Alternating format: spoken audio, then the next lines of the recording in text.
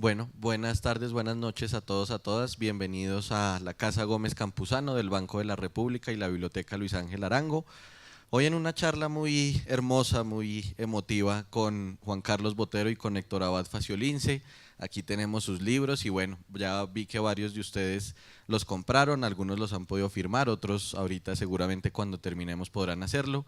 Y bueno, pues vamos a hablar de este tema de narrar la memoria y de las casualidades de la vida y de el azar un poco, que son temas que abordan un poco en estos dos libros. De hecho es un poco más notorio en el libro de Juan Carlos Botero desde el título, que se llama Los hechos casuales. Y bueno, pues antes de narrar la memoria quisiera que la refrescáramos y quiero arrancar con Juan Carlos preguntándole en qué consiste este libro, porque ahorita antes de empezar les preguntaba a alguna de las personas que ya habían llegado si se habían leído el libro o no, o los libros para, pues, para arrancar por ahí y que entráramos en calor precisamente contándoles en qué consiste cada una de estas, bueno, de esta novela, porque en el caso de Héctor Abad no es una novela, ya hablaremos de eso. Pero Juan Carlos, arranquemos contigo, buenas tardes. Pues muchas gracias, Andrés, por esa presentación tan amable. Para mí es un gran honor estar acá hablando con Héctor. Somos amigos de hace mucho tiempo y la primera vez que conversamos juntos en público, si no me equivoco. Quiero agradecer a la Casa Gómez Campuzano, que me parece verdaderamente es una joya de arquitectura y de arte, es un oasis acá en la mitad de la ciudad, de modo que es un deleite estar hoy con ustedes.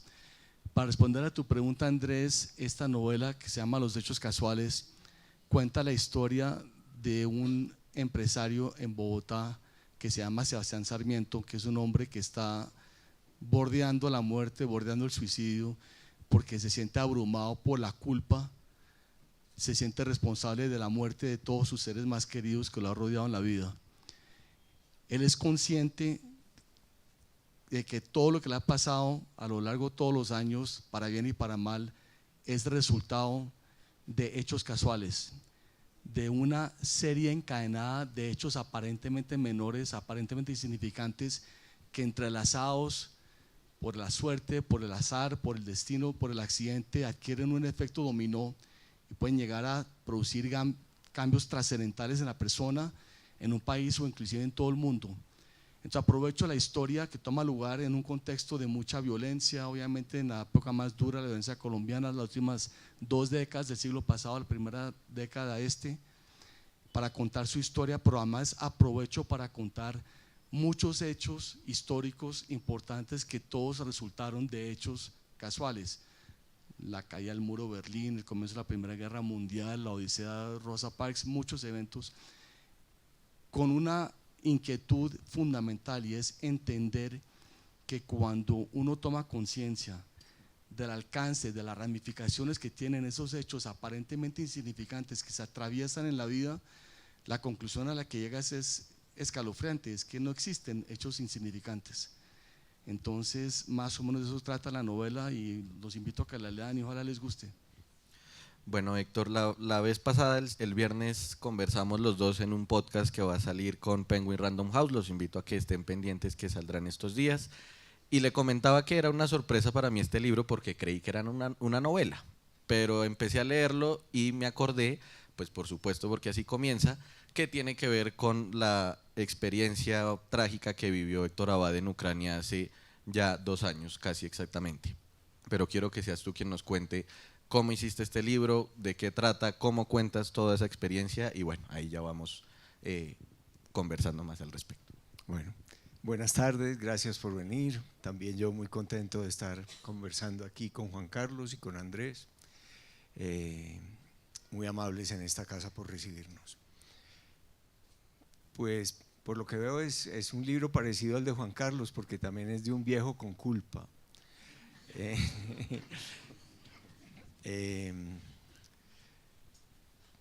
No porque yo tenga exactamente la culpa de lo que pasa en Ucrania o de que Putin decida tirar un misil, sino por las casualidades.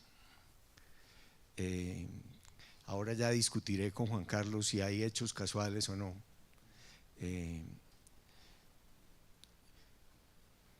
Uno tiende a que le moleste que la vida sea caótica. A los seres humanos nos molesta que la vida sea caótica, que esté gobernada por el azar. Y entonces buscamos, así como buscamos darles forma a las nubes, aunque no la tengan, y les vemos formas muy claras, yo creo que nosotros también intentamos darle forma a nuestra vida caótica y casual y loca, encontrándole simetrías, encontrándole bellezas. Todo el tiempo está uno tratando de verle simetrías y bellezas a la vida, y eso es lo bonito de la mente humana. Una mente humana nuestra mente es muy supersticiosa. En este libro, cuando pasó que no me mataran y que mataran a la persona que estaba frente a mí y a otras 12 personas dentro de un restaurante en Ucrania, todo el mundo empezó a hacer como interpretaciones de los hechos. Y la más frecuente en nuestra cultura es la interpretación religiosa, la interpretación providencial. Y en el caso de mi familia, que es medio animista, la interpretación de que lo que no, me había salvado no era mi Dios directamente, sino alguna intermediación familiar de mi mamá o de mi papá que sí, pues que tienen mucha influencia allá en el cielo. La segunda interpretación, la gente cree mucho también en el destino, entonces no era tu día, no te tocaba, no estaba escrito en el libro de arriba, cosas así, entonces por destino no me tocaba, o por la providencia, que me parece una providencia muy injusta porque pues, murió gente mucho más joven que yo y que tenía la vida por delante, yo sentía que la tenía por detrás. Y la que yo prefiero, que es el puro azar, la música del azar, como el título de una novela de Paul Auster.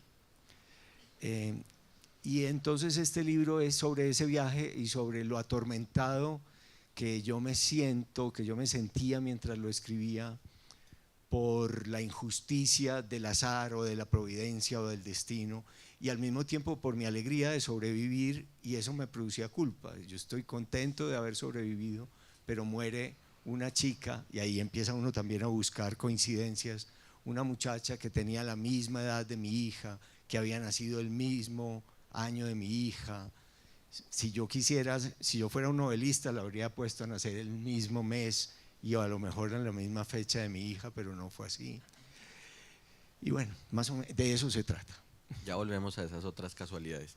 Quiero preguntarles a los dos, sí, en el fondo es la misma pregunta, pero contigo va a ser un poco distinta. Y arranco con Juan Carlos primero, y es, ¿en qué momento empiezan ustedes en la vida, para volver a este tema de narrar la memoria, en qué momento empiezan a creer ustedes o empiezan a ver que el azar y estas casualidades tienen mayor importancia de las que creemos? ¿Tú en qué momento empiezas a abordarlo en las novelas y en qué momento en general, por alguna circunstancia personal, de pronto empezaste a pensar que esto tenía más importancia de la que creemos? Bueno, es una muy buena pregunta. Yo tengo esta inquietud, esta obsesión, la verdad, hace muchísimo tiempo. Lo que dice Héctor es muy cierto. Nosotros los seres humanos hacemos un esfuerzo muy grande para evitar, para eludir y para eliminar el azar de nuestra vida. Los inventos que creamos, cinturones de seguridad, parachoques de los automóviles, todo lo que hacemos es para reducir el riesgo, para mantener el control de nuestra vida. Y es muy desconcertante y es prácticamente aterrador comprobar que lo que nos sucede en la vida, lo que determina nuestra existencia en gran medida, no es lo que nos proponemos, sino lo que ignoramos. Aquellos hechos que suceden imprevistos y que tienen una apariencia totalmente insignificante y que pueden cambiar una vida. Yo me acuerdo cuando yo era muy pequeño, tenía 13 años, nosotros íbamos todos los fines de semana a una finca que mi padrastro, mi madre se ha separado, mi padre se ha vuelto a casar en segundas nupcias con un señor maravilloso, y teníamos una finca a la cual íbamos los fines de semana en Girardot. Y ese fin de semana mis hermanos tenían una fiesta y no iban a ir a la finca. Yo me subí en el automóvil con ella y con él y íbamos a arrancar, y el carro efectivamente arrancó, y yo dije: no, esperen un segundo, la verdad yo me voy a pegar una aburrida terrible ya solo en la finca, yo mejor me quedo, y me bajé el automóvil. Ese fue el fin de semana en el que secuestraron a mi madre, y fue en ese automóvil. regresando de la finca a Bogotá. Si hubiera estado con ellos, me hubiera devuelto en ese automóvil y hubiera quedado secuestrado también. Entonces, desde ese momento entendí que esa bala me pasó rozando, y desde entonces creo que inconscientemente he tenido esa fijación por comprobar hechos insignificantes en apariencia que pueden tener una carga definitiva en nuestra existencia. Y de repente un día me di cuenta que no existía una novela que tratara fundamentalmente de frente a ese tema en su totalidad. Y dije, uno como escritor, yo pienso que uno tiene la obligación de tratar de llenar lagunas si es posible, de ver cuáles son las lagunas que te rodean, sobre qué cosas no se han escrito, y uno tratar de llenar esas lagunas si uno tiene la suerte, el talento, el tiempo, la salud para hacerlo. Entonces quería escribir la novela y por eso lo hice.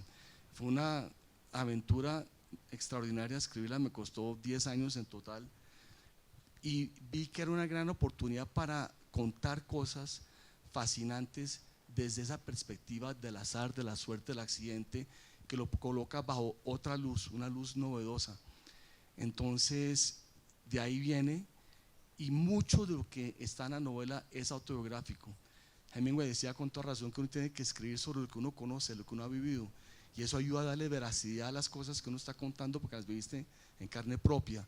Entonces, es parte de ese esfuerzo, como dice la charla, el título de la charla, de narrar la memoria.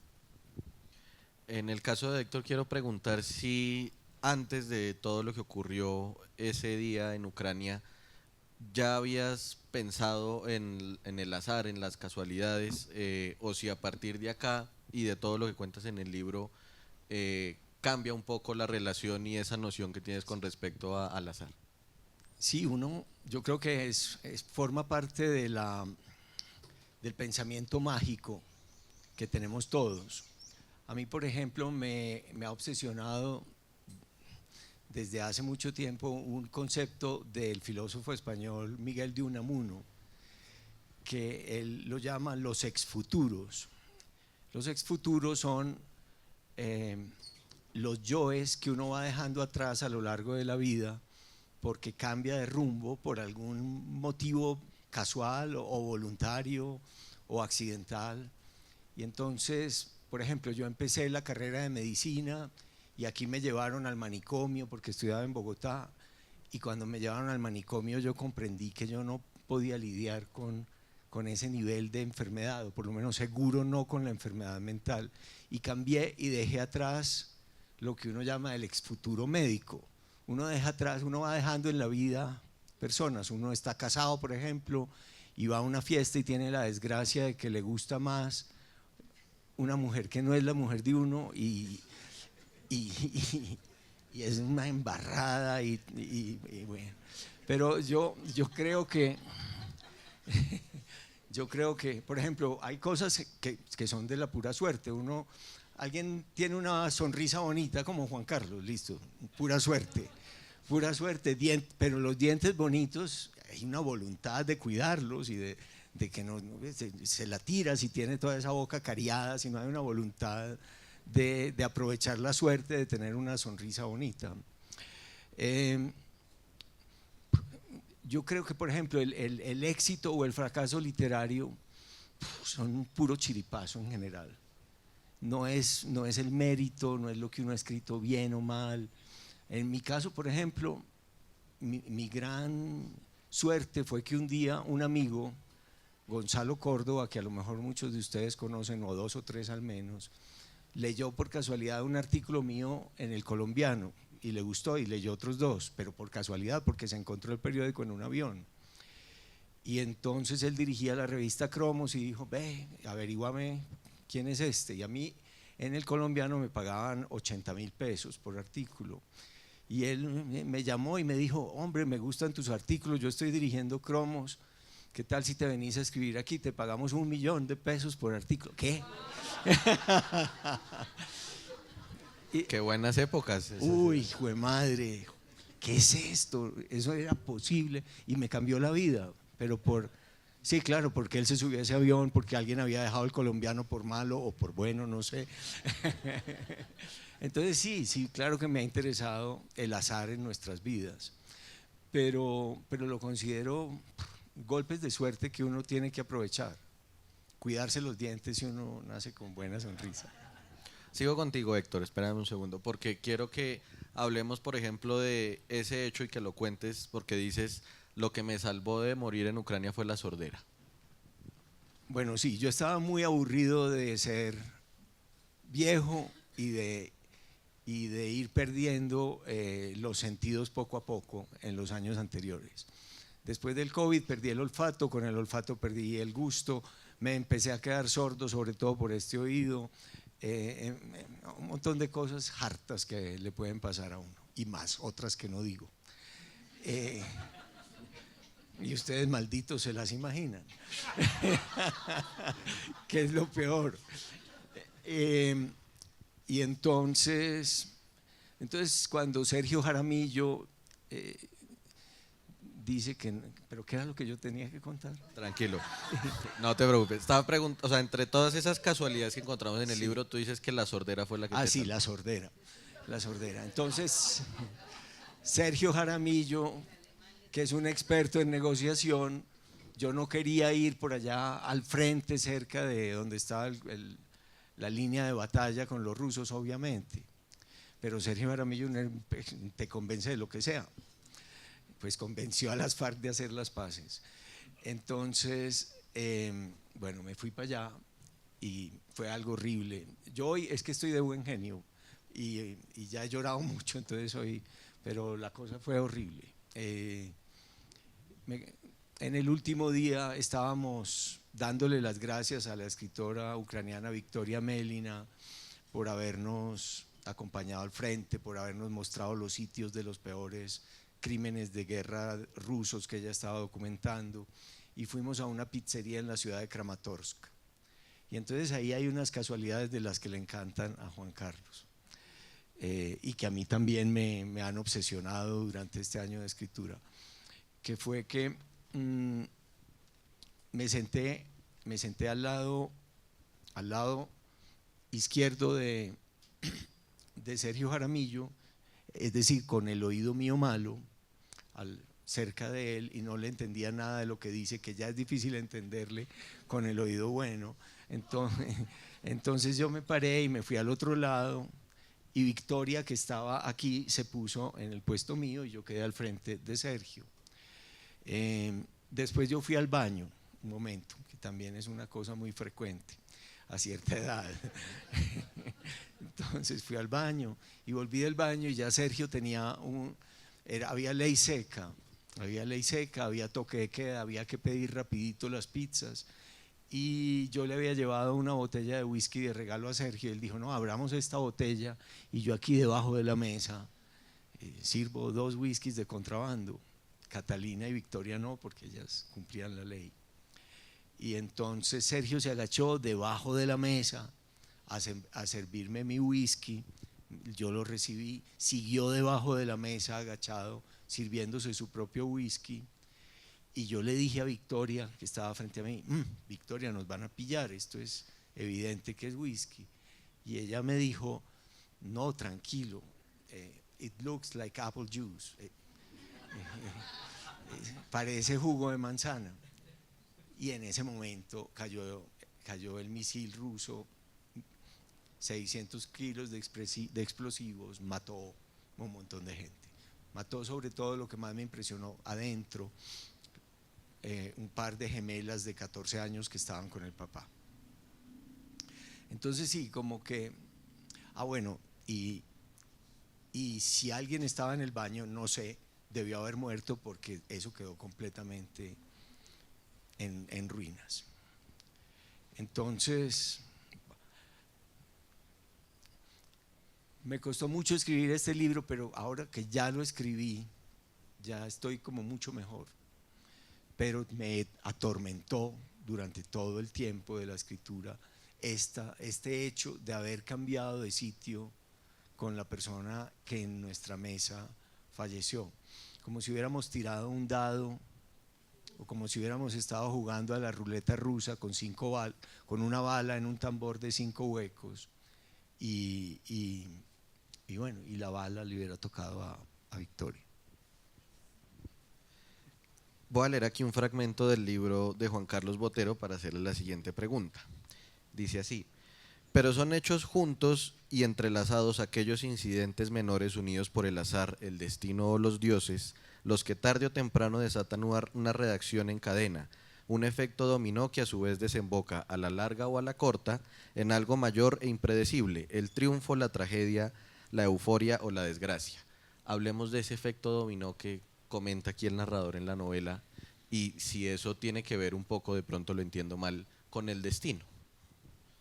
Bueno, yo en la novela nunca ofrezco una respuesta sobre qué es lo que determina estos hechos fortuitos, azarosos, eso que cada lector lo decida por su cuenta. Sábato citaba a Rudyard Kipling, que decía que un escritor tiene que producir la fábula pero no la moraleja, y creo que eso estoy de acuerdo, eso no le corresponde a uno, pero en vez de dar una teoría sobre eso, es mejor, creo que para que todos ustedes tan amables que nos están acompañando hoy, para que entendamos realmente lo que estamos hablando, es mejor contar un episodio específico, entender que una persona por salir de su casa y tomar a la derecha o a la izquierda literalmente puede cambiar el mundo. Voy a contar rápidamente un incidente que es muy conocido por todos, pero quizás no visto desde este ángulo, que es la caída del muro de Berlín. El 9 de noviembre de 1989, una multitud se agolpa frente a Checkpoint Charlie en Berlín, el muro que ha partido la ciudad en dos desde hace casi 30 años, porque se ha filtrado un rumor sorprendente, pero es falso, que la tenía restricción para pasar de un lado de la frontera a la otra, de una Alemania a la otra, será eliminado por completo. El vocero del gobierno en ese momento, que es Günter Schabowski, está leyendo un comunicado ante los corresponsales acreditados en Berlín, y están todos prácticamente dormidos, porque ya saben ustedes los países socialistas cómo eran esos discursos llenos de planes quinquenales eternos, y están adormecidos cuando Schabowski cuenta la información. Y se produce una tensión en la sala porque no pueden creer lo que acaban de escuchar, y se codean y se preguntan: oiga, ¿usted oyó lo que acaba de decir Schabowski? Eliminado el trámite para pasar de una Alemania a la otra, es decir, cruzar la frontera sin ser acribillado por los guardias de la RDA, no parecía posible. Todo el mundo recordaba las muchas víctimas del muro. Habían matado más de 600 personas, más de 300 han caído en Berlín. El muro estaba intacto, ese muro coronado de alambradas, de púas, custodiados por soldados con perros pastor alemán, obstáculos de hierro antitanque, nidos de ametralladoras. Hacía un mes que han matado a una persona en otra parte de Alemania, y hacía 10 días que han matado a alguien en el muro en Berlín, de modo que nadie podía creer lo que acaban de escuchar. Entonces la sala completa estalla llena de preguntas que se atropellan para ser atendidas, y Schabowski no entiende el alcance de sus propias palabras y no entiende lo que está pasando, cuando de repente cree entender que alguien ha hecho la pregunta crucial y se dice: ¿cómo, perdón? Y el periodista se pone de pie y repite la pregunta, que es la más elemental de todas: ¿a partir de cuándo empezará a regir dicho cambio? Y Schabowski revisa el documento oficial y se da cuenta que no tiene la respuesta. Él ha llegado tarde a la reunión preparativa para la rueda de prensa y no había hecho unos apuntes rápidamente en los papeles, pero no tenía la información. Entonces empieza a buscar entre sus documentos, desesperado, sintiendo la presión de los medios expectantes encima, buscando una palabra, una frase, algo que haga alusión a un hecho temporal, un momento en el calendario, una fecha, lo que sea. Cuando finalmente, para su alivio, la encuentra, que es sofort. Y visiblemente aliviado, Schabowski levanta la vista y anuncia ante las cámaras de la televisión estatal y de los micrófonos de la radio estatal, dice en voz alta esa palabra, sofort, que es inmediatamente. Esa palabra refundida en los papeles de Günter Schabowski no tiene nada que ver con el permiso para cruzar la frontera. Fue una palabra leída por equivocación. Y se produce una reacción multitudinaria de cientos de miles de personas que llegan a Checkpoint Charlie, a la caseta, reclamando libertad, pidiendo permiso para cruzar la frontera, porque Schabowski lo acaba de decir, es el vocero del gobierno. El comandante, el oscuro comandante de la caseta, no entiende lo que está pasando, llama a sus superiores para que alguien le autorice la información, la confirme, y nadie contesta la llamada. La declaración de Chaboisky ha producido un caos en el gobierno y nadie contestó el teléfono. Entonces sale ese oscuro comandante de la caseta sabiendo que su orden es dar la orden de disparar y ocasionar una masacre, un baño de sangre, y en cambio hace una cosa extraordinaria, hace un movimiento corporal, un gesto corporal que está a punto de cambiar el mundo. Se encoge de hombros, como diciendo, ¿y por qué no?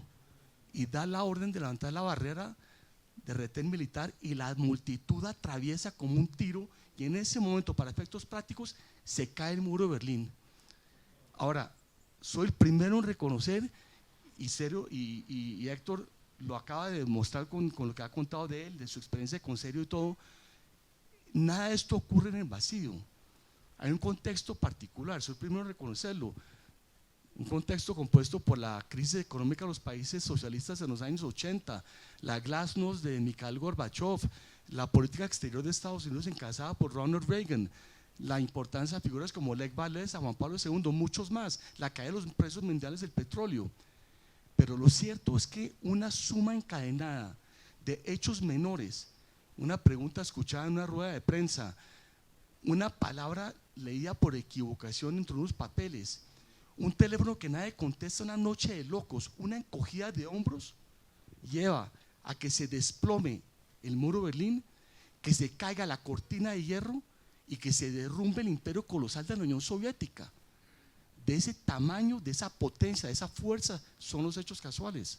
Eso me encantó. Gracias.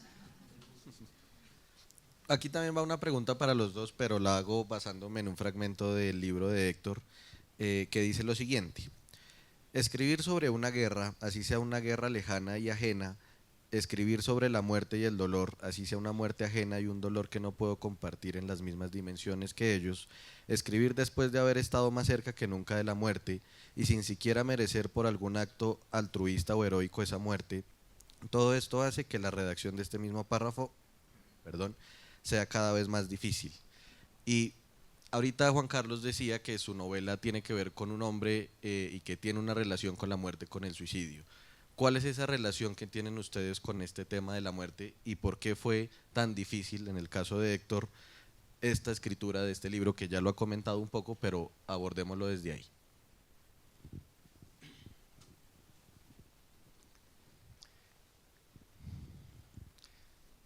A ver,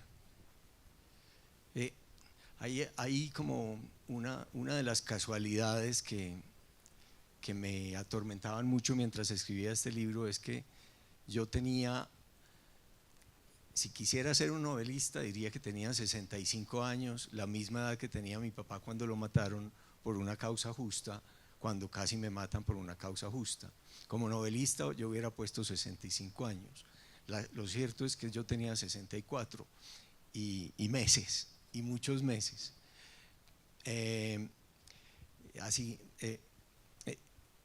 Yo naturalmente no hice ese viaje a Ucrania en busca de la muerte. Sí hice el viaje como muy desengañado como de los síntomas de la vejez, como cuando alguien me preguntó, bueno, ¿y si te matan allá qué? Pues yo cínicamente dije, pues salimos de eso, o salimos de esto. Pero cuando esto pasó y no pasó, casi a la edad de mi papá, yo creo que las casualidades, Juan Carlos, son casi siempre un casi. Por ejemplo, mi hijo nació el 24 de agosto del año 90 y mis hermanas siempre han dicho que nació el 25 de agosto del año 90 porque el 25 de agosto fue la fecha en que mataron a mi papá. Como que nos gusta, cuando la nube no se parece del todo a un perro, le ponemos las orejas. La historia del muro de Berlín, que yo no creo que alguna vez la había leído, pero no me acordaba, es extraordinaria. Y probablemente la caída del muro de Berlín, un hecho grande, no chiquitico, un hecho muy grande y muy importante, explica, porque estaba en Leipzig furioso, encerrado en su oficina, la furia de ese agente de la KGB que se llama Putin, Vladimir Putin.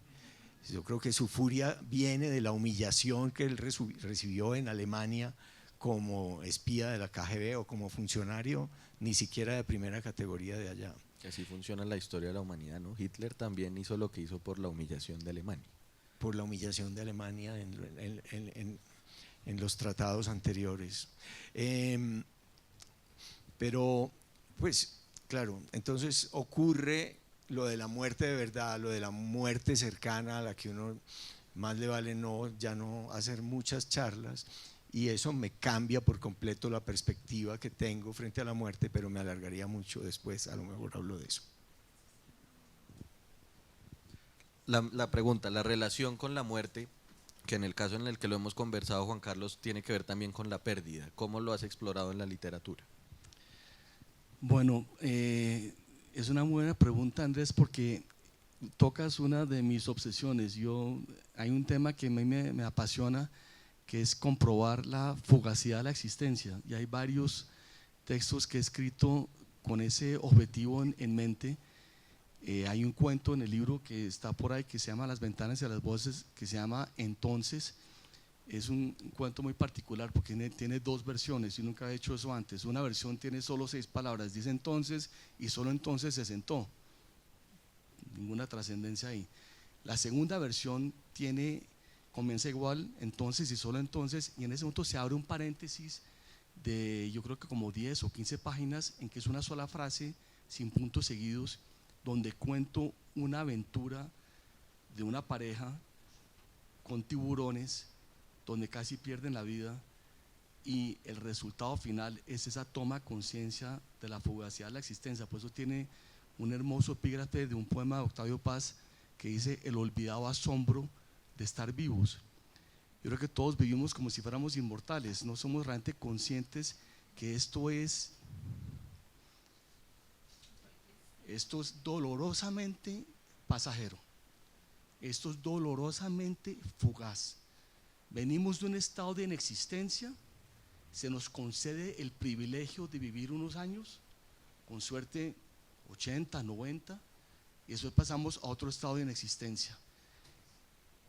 Ese don, ese privilegio, ese honor de existir es algo que yo valoro muchísimo, porque soy muy consciente que se puede evaporar en cualquier momento. Todos acá en Colombia hemos vivido los momentos más dramáticos de nuestra historia, y es impresionante comprobar cómo esos hechos tan grandes dependen de nimiedades, de tonterías. Para contar simplemente muy rápidamente, cuando mataron a Galán, Juan Lozano estaba ahí, recogen el cuerpo ensangretado de Galán, lo tienen que dar a la ambulancia, él está con un amigo cargando el cadáver y llegan al automóvil donde lo van a llevar, y en ese momento la historia de Colombia está colgando de un hilo. El candidato que seguro iba a ganar las elecciones acaba de ser herido de muerte. El narcotráfico se está tomando el país para convertir el país en un narcoestado, y en ese momento, ¿qué es lo importante? La maldita llave. En el manojo de llaves que tiene Juan no entra la llave para abrir la puerta del automóvil. El destino del país dependía de eso. Muere Galán.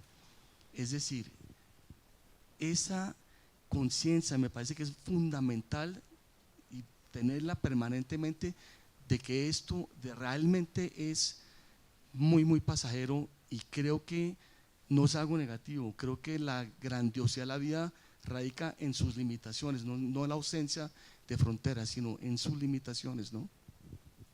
¿Ustedes le tienen miedo al azar? Lo pregunto porque, por ejemplo, en este caso, en el caso de Héctor, es como, no sé si yo vuelva a asumir un riesgo como este, puede decir Héctor. Y en el caso de Juan Carlos, este libro habla de las 2 últimas décadas del siglo XX en Colombia, y me acuerdo mucho, no lo viví, pero por supuesto he escuchado múltiples historias de personas que dicen: nos daba miedo salir a la calle porque una bomba podía estallar en la esquina de nuestra casa.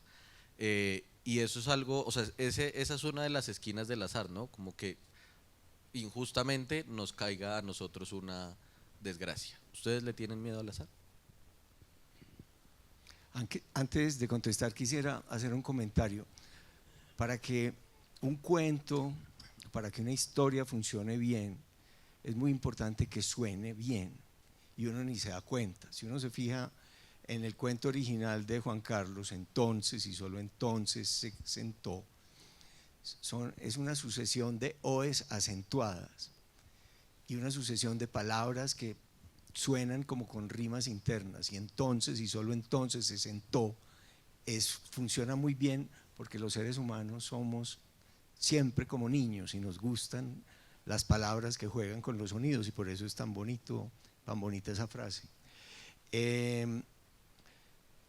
Como yo soy hijo de un médico que daba clases de medicina preventiva, que no me dejaba subir a los árboles para que no me fuera a matar, o sin mucho a la ramita de abajo de un totumo, sí, sin totumo que me fuera a caer en la cabeza. Mi hija sobre todo protesta porque dice que yo siempre estoy pensando en lo peor, que nunca puedo pensar que las cosas van a salir bien, sino que todo el tiempo me obsesiona. Soy como dicen que son las madres judías, que son obsesionadas con los peligros que hay en todas partes. Y ese trauma pues se duplica cuando uno tiene experiencias trágicas en la familia. Entonces, no es que le tenga miedo al azar, pues no hay como nada para hacer, pero la vida es muy rara. Contabas ahora esto de Galán, y hoy me contaron una historia, hoy por la mañana, que es del otro gran asesinato político colombiano, no el de Galán, sino el de Gaitán. Fui a visitar a una vieja amiga que se llama Sonia Cárdenas, y ella me dijo, no, pues yo vine a dar a Bogotá porque mi papá lo iban a matar los conservadores en el pueblo donde vivíamos, en Río Sucio, y a él no lo mataron porque pasó esto. Él era muy amigo del gran líder conservador del pueblo, un señor Miguel Soto, muy honesto, muy buena persona, conservador pero buena persona. como cuenta cercas del titular cuando eligieron al Papa Francisco, que argentino pero modesto. Bueno, este era Godo, pero un periódico colombiano, sí. ¿Ah? Que es el título de un periódico colombiano. De un periódico hecho, colombiano, sí. además. Que otro periódico colombiano, cuando en cambio nombraron al Papa Ratzinger, tuvo otro título genial, que es un pastor alemán. Vamos a ver con qué salen el viernes o el sábado. Exacto. Ahora que estamos en el cónclave. Pero entonces esta amiga estaba mi papá en el pueblo, en Río Sucio, reuniéndose con el jefe del Partido Conservador, su buen amigo. Mi papá, en cambio, gaitanista, rojísimo, súper liberal. Y bueno, y hablaron hasta muy tarde a ver cómo hacían para que en el pueblo no se empezara a matar la gente después del Bogotazo. Y el líder conservador tenía mucha tos y gripa, y empezó a llover en Río Sucio horrible, y él ya se iba para la casa tarde y le dijo, pues hombre, llévate mi ruana y mi sombrero. Y él se puso la ruana y el sombrero. Era de noche, un pueblo mal iluminado, y al salir a la cuadra lo mataron porque creían que era el líder liberal. Entonces, pero a ver, ¿cómo explicamos eso? No sé. No, es que generalmente no tiene explicación, pero chévere indagar en eso. Lo mismo para Juan Carlos. Pues mira, no creo que hay que tenerle miedo al azar, porque el azar no es necesariamente negativo, va para los dos lados, puede ser bueno o malo. En la novela cuento, por ejemplo, algo que me desconcierta muchísimo. Hay miles de personas, millones de personas que todos los días se suben a un autobús en todo el globo, pero depende de un contexto muy específico para que en un día específico, un día particular, una señora se sube a un autobús y cambia la historia de su país, como le pasó a Rosa Parks. No se baja al autobús, y eso se volvió, ella la llamaban la madrina del movimiento civil de la batalla racial en Estados Unidos. Lo que la gente no sabe o muchas veces ignora es que cuando el conductor la obliga a bajarse al autobús, en ese instante ella lo reconoce y se acuerda que ese es el conductor James F. Blake, que la obligó a bajarse al autobús 12 años antes, en una noche de aguaceros torrenciales. Nunca se ha sabido bien por qué ella no se bajó al autobús. Quizá no quiso, quizá estaba cansada, quizá reconoció a este señor y dijo no le jalo, o quizá su indignación por el racismo que padecía a diario había colmado su copa de saturación y no lo hizo. Cambió el destino del país para bien. Fue un azar fecundo, provechoso, positivo. Hay otro que es negativo. El archiduque Franz Ferdinand está con su esposa en el automóvil en 1914 en Serbia. Les hacen un atentado, les botan una granada, la granada no explota o explota tarde, el que lo lanzó es capturado y uno de los asesinos, desalentado porque el complot fracasó y no pudieron matar al archiduque, sale caminando por la ciudad y decide comerse un emparedado en una cafetería. El archiduque sigue con su itinerario, con su comitiva, hacen todos los discursos, todas las cosas, asustados por el atentado, pero él dice yo no me voy a fugar, no voy a huir de una ciudad del reino, del imperio, bueno, y decide con la programación. Quedan unos heridos en el atentado inicial y antes de ir a la estación de tren para ya irse de regreso a su casa, decide visitar a los heridos que están en el hospital. Y el conductor se equivoca en la calle y avanza por la calle equivocada y cuando toma conciencia que se equivocó, frena el automóvil para retroceder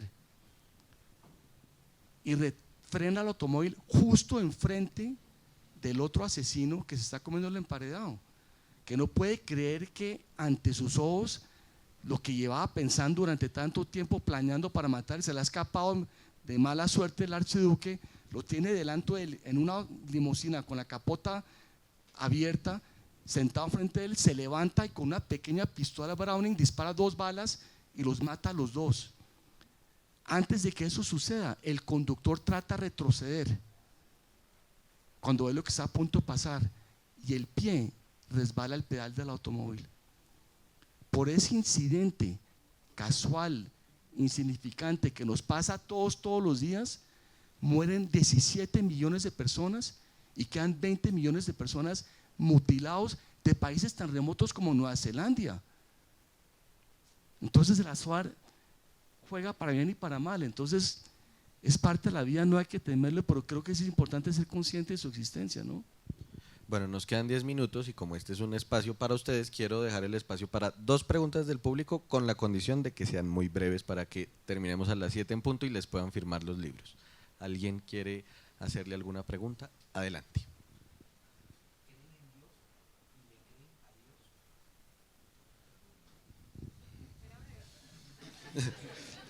Breve pero difícil, sí, bueno. Yo creo que mi mamá creía en Dios. No, yo no. Mi papá no creía en Dios y mi mamá sí. Uno en general cree lo que le dicen en la casa que hay que creer y se vuelve hincha del Junior o del Millonario porque en la casa le dijeron, o es liberal o conservador, porque en la casa yo tenía las 2 opciones, la del agnóstico y la de mi mamá, que era muy rezandera y muy creyente, y yo creo en lo de mi papá, pero siempre me he definido un ateo manso. No me interesa convencer a nadie de mi ateísmo, ni desprecio a nadie que sea creyente, porque sería como despreciar a mi mamá. Javier, bueno, el libro de él me encantó porque él le quería llevar a la mamá la respuesta, sí, la respuesta. Y yo escribí un libro sobre unos curas buenos y no de los que suele haber o de los que se suele denunciar últimamente, para que ella se pusiera contenta de que yo le escribiera sobre curas buenos. Es muy bella esa frase de ateo manso, que me lo va a robar totalmente, me va a apropiar de eso, está genial, buenísimo, está excelente, maravillosa. Yo creo que es importante ahí diferenciar en 3 cosas. Una cosa es la divinidad, otra cosa es la filosofía que las personas crean para tratar de acercarse a la divinidad, que es la religión, y otra cosa es la institución que se han creado a lo largo de la historia de la humanidad para poner en práctica esa filosofía, que son las instituciones como la Iglesia Católica. No creo para nada en las instituciones, no creo para nada en la Iglesia Católica, que ha tenido muchos excesos y cosas muy criticables. Yo vivo en un estado permanente de perplejidad en ese tema, te confieso. Borges hizo una conferencia muy bella en Harvard casi al final de su vida, y yo tengo tantos años y vengo a compartir con ustedes mis perplejidades. Me pareció de una belleza y una humildad maravillosa. Yo no puedo tener sino perplejidades porque me han pasado cosas que me hacen sentir que definitivamente hay algo trascendental, pero eso no necesariamente significa que haya un plan divino, que haya una voluntad. Entonces no te puedo contestar con un sí o un no, simplemente comprobar mi propia perplejidad sobre el tema, pero te agradezco la pregunta. ¿Alguien más? Adelante.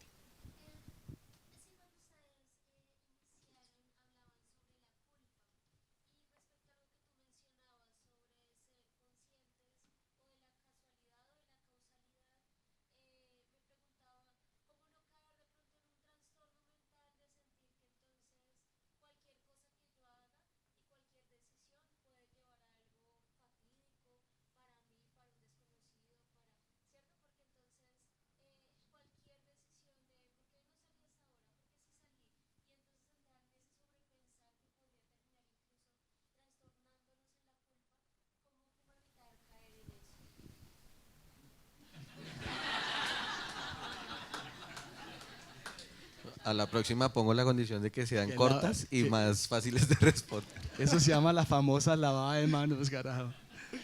Pues mira, lo que pasa es que eso que tú comentas es exactamente lo que le pasa al personaje de la novela, porque vive atormentado por eso, pero vive atormentado por una culpa adicional que es la que sentimos en Colombia todos. Yo creo que por el contexto en el que vivimos, porque yo creo que cargamos, aunque lo sepamos o no, lo queramos o no, una culpa colectiva muy fuerte, porque vivimos en un contexto muy violento y es imposible no preguntarse ocasionalmente qué hubiera pasado si yo hubiera estado en ese momento en tal lugar, si hubiera podido hacer algo, aportar lo que fuera para evitar tal calamidad, tal masacre, tal tragedia. Te lo pongo de esta manera que es más elocuente. El caso de Alemania. La gente pensaba que los campos de exterminio, los campos de concentración en Alemania han sido media docena, 12 en total. La gente recordaba los nombres de Buchenwald, de Auschwitz, de Treblinka, y era confortable, era agradable pensar así, porque al ser algo específico, limitado, ubicado en unos lugares particulares, eso exoneraba de culpa al pueblo alemán. Ellos no tenían nada que ver con eso. Hoy día ya sabemos que no eran media docena o una docena de campos, eran 42.500 en toda Alemania. Campos de exterminio, campos de trabajo forzado, campos de aborto a la fuerza, burdeles para los usufructos de los oficiales alemanes. Tú no puedes montar 42.500 en esa época campos sin que la población lo sepa. Y de alguna manera la gente, porque hay que recordar, para que las cosas malas pasen en un país, se requiere la gente que lo haga y se requiere la gente que lo tolera. Y en Colombia vivimos en una cultura de la violencia que nos ha contaminado a todos, que nos ha contagiado a todos, y de alguna manera sentimos que tenemos una cuota de responsabilidad en esa violencia. Pasa como con el machismo, no es que en América Latina los hombres sean machistas, la cultura es machista, y cuando la cultura es machista contagia a todo el mundo, a los niños, a las niñas, a todos, y uno se vuelve reproductor de eso. Pasa lo mismo con la violencia. Entonces este personaje carga con la culpa individual, la que tú señalas, pero también la colectiva. Y creo que también vale la pena ser consciente de eso, ¿no? Te toca. Bueno, en el caso de este libro mío, la culpa es, yo sentía mucha culpa, pero sentía mucha culpa también de no escribirlo. Entonces yo me forcé a escribir este libro sin ganas de escribirlo, con la tentación de quedarme callado permanentemente, porque si yo no escribía sobre esta escritora, sobre Victoria Melina, yo tenía la sensación, casi la certeza de que ella, si me hubieran matado a mí, hubiera escrito o me hubiera dado voz a mí, hubiera escrito sobre cómo ocurrió este crimen de guerra más. No, la culpa es una cosa, es una sensación rara, que muchas veces no tiene nada que ver con con la razón. La culpa no la tuve yo por cambiarme de puesto, la culpa no la tuve yo por haber aceptado esa invitación o porque hubiéramos invitado a Victoria a ir a ese sitio. La culpa la tiene el ejército ruso y la tiene Putin. Esa es la culpa verdadera. Ellos no apuntaron a matar a esta mujer ni a estas gemelas que me obsesionaban, pero apuntaban a matar el mayor número de gente posible. La culpa en este caso sería sucumbir a la locura de no querer organizar las ideas, de preferir quedarme callado y que empezar a trabajar el olvido, que en mí trabaja muy fácilmente. Y entonces, digamos que escribir fue muy duro, pero haber escrito es como lo que me libera finalmente de esa culpa. Creo que es eso. Bueno, pues no es más, les agradezco mucho a todos por la presencia, un aplauso para ellos dos.